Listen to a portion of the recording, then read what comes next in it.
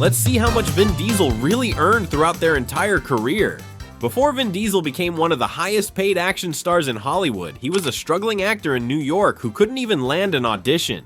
Born Mark Sinclair, he would eventually transform himself into a global icon, but his journey to nine-figure paydays started with literally nothing. In 1995, Vin Diesel made his directorial debut with Multifacial, a 20-minute short film that earned him exactly $0. That's right, his first project paid him nothing because he funded it entirely himself. He wrote it, directed it, produced it, and starred in it, all on his own dime. But here's what most people don't know. He created this film out of pure frustration after being rejected from countless auditions because casting directors couldn't figure out his ethnicity. The short premiered at Cannes and caught the attention of none other than Steven Spielberg, which would change everything. 2 years later in 1997, Diesel wrote, directed, and starred in Strays, his first feature film. For this low-budget indie project with a total budget of just $50,000, he earned an estimated $5,000. The film was shot over 2 weeks, and his salary was roughly based on the Screen Actors Guild weekly minimum at the time. It's a modest start, but it kept him moving forward in an industry that had repeatedly told him no. Then came the Spielberg effect. In 1998, Vin Diesel landed a supporting role in Saving Private Ryan as Private Caparzo, and this is where his career truly ignited. He earned a confirmed $100,000 for this role, which was verified through Guild reports. This was Spielberg's war epic that would go on to win multiple Oscars, and Diesel's performance, though brief, was memorable. What's incredible is that Spielberg cast him directly after seeing Multifacial, proving that sometimes a $0 passion project can lead to a six-figure payday. In 1999, Diesel took a different direction and voiced the Iron Giant in the beloved animated feature of the same name. For this voice role, he earned an estimated $50,000. The film had a $50 million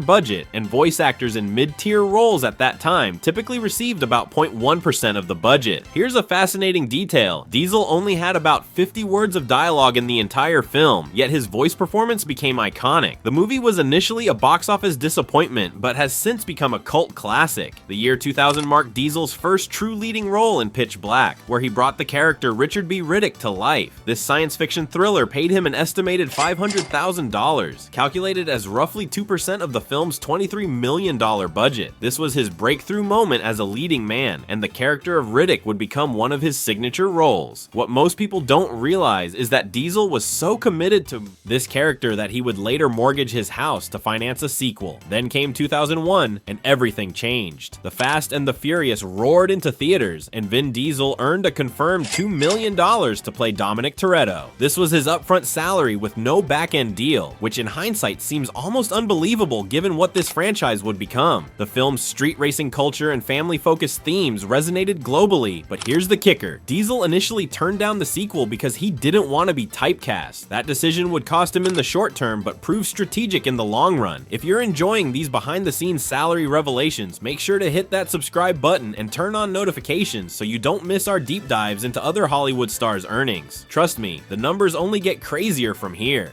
In 2002, Diesel jumped to XXX and commanded a massive $10 million confirmed salary. This was for a franchise starter with a $70 million budget, and it was all up front with no back-end points. The film was designed to be a new kind of action franchise, and Diesel's extreme sports secret agent character was meant to be the anti-James Bond. The movie was a hit, solidifying Diesel as a bankable action star who could open films on his name alone. The following year, 2003, saw a slight salary dip when Diesel earned a confirmed $2.5 million for A Man Apart. This post-XXX project had a $45 million budget, and the lower salary reflected the film's more modest scope. It was a gritty crime thriller that underperformed at the box office, showing that not every Diesel vehicle could replicate his franchise success. In 2004, Diesel returned to his Riddick character in The Chronicles of Riddick, earning a confirmed $11.5 million. This included his producer fee, as he had significant creative control over the project. The film had a massive $120 million budget, but it underperformed commercially, which meant his back-end deal yielded minimal additional returns. Despite the financial disappointment, Diesel remained fiercely loyal to the character and the universe he'd helped create. 2005 brought an unexpected pivot when Diesel starred in the family comedy The Pacifier, earning an estimated $7 million.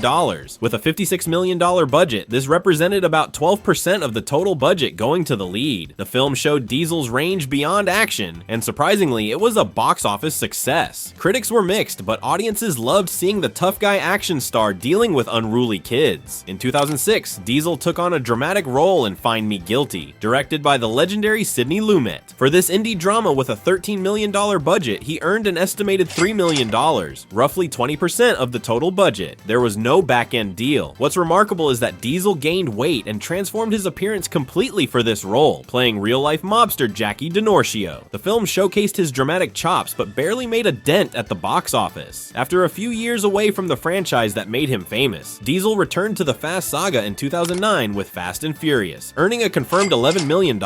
This included his upfront salary plus a minor back-end deal. The reunion with the original cast reinvigorated the franchise, and the film's success proved that audiences had been waiting for Diesel's return as Dominic Toretto. 2011's Fast 5 elevated everything. Diesel earned a confirmed $15 million, which included his producer fee plus back-end points from the film's massive $626 million global gross. This was the film that transformed the franchise from street racing movies into globe-trotting heist spectacles. The addition of Dwayne Johnson as a rival added new energy, though behind the scenes, the two actors would develop a rivalry that would later explode into public feuding. Before we get to Diesel's biggest payday, smash that like button if you think he deserves every penny he's earned, and drop a comment below telling us which Vin Diesel movie is your favorite. Now let's talk about where his earnings went. Absolutely insane. In 2013, Diesel continued with Fast and Furious 6, earning another confirmed $15 million up front. Interestingly, this was a flat fee deal, meaning the back-end potential wasn't realized despite the film's success. The same year, he returned to his passion project with Riddick, taking a significant pay cut to an estimated $5 million.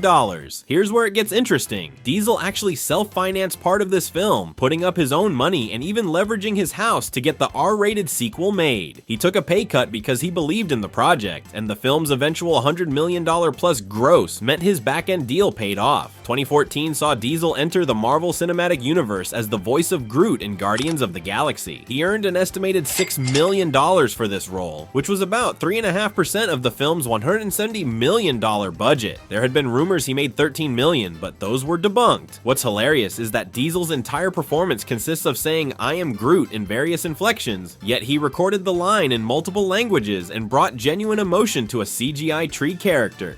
Then came 2015, and this is where Diesel's earnings went absolutely stratospheric. For Furious 7, he earned a confirmed $47 million.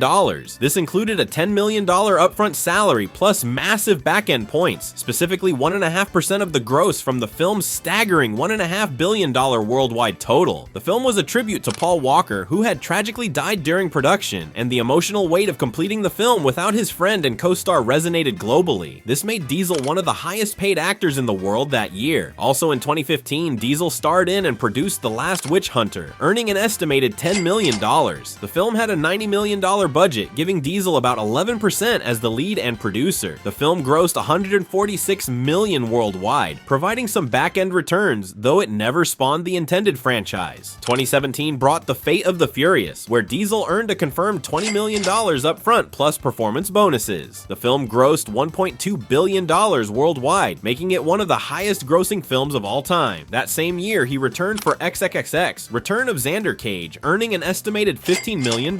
This sequel was part of his reported $54 million earnings for 2017, which was shared across Fate, XXX, and Guardians 2. The film had an $85 million budget and performed exceptionally well in international markets, particularly China. In 2018, Diesel reprised his voice role as Groot in Avengers: Infinity War, earning an estimated $6 million. This was an escalating fee from his first Groot appearance, reflecting his growing importance in the MCU and the film's massive $325 million budget. The following year, 2019, he returned for Avengers: Endgame, earning an estimated $8 million for voicing Groot in what became the highest grossing film of all time at that point. The $356 million budget supported premium voice actor fees, plus he received residuals. 2020 saw Diesel launch a new franchise attempt with Bloodshot, earning an estimated $10 million as the lead and producer. The film's $45 million million budget meant Diesel commanded over 20%. Based on the Valiant Comics character, the film's release was impacted by the pandemic, going to VOD quickly, which hurt back-end potential. The franchise never materialized as planned. In 2021, F9 brought Diesel another massive payday of a confirmed $54 million. This included a $20 million upfront salary plus a whopping $34 million in back-end equity from the film's COVID-adjusted gross of $726 million. Despite pandemic challenges, Diesel's earning power remained undeniable, and his equity stake in the franchise continued to pay enormous dividends. Most recently, in 2023, Diesel starred in Fast X, earning a confirmed $20 million up front. The back end is still pending as the franchise heads toward its finale, but the film grossed $704 million worldwide. As the saga approaches its conclusion, Diesel's role as both star and creative force ensures his final paychecks will be substantial, so let's add it all up. From 1995 to 2023, across every confirmed salary and conservative estimate, Vin Diesel has earned approximately $354.5 million from his film career. That's not counting additional producer fees, residuals, or other franchise-related income from a self-funded short film that paid nothing to becoming one of the highest-paid actors in Hollywood history. If this video blew your mind, don't forget to subscribe and hit that notification bell. We've got more celebrity earnings breakdowns coming your way, and trust me, you won't want to miss them. Drop a comment and let us know which actor's salary you want us to investigate next.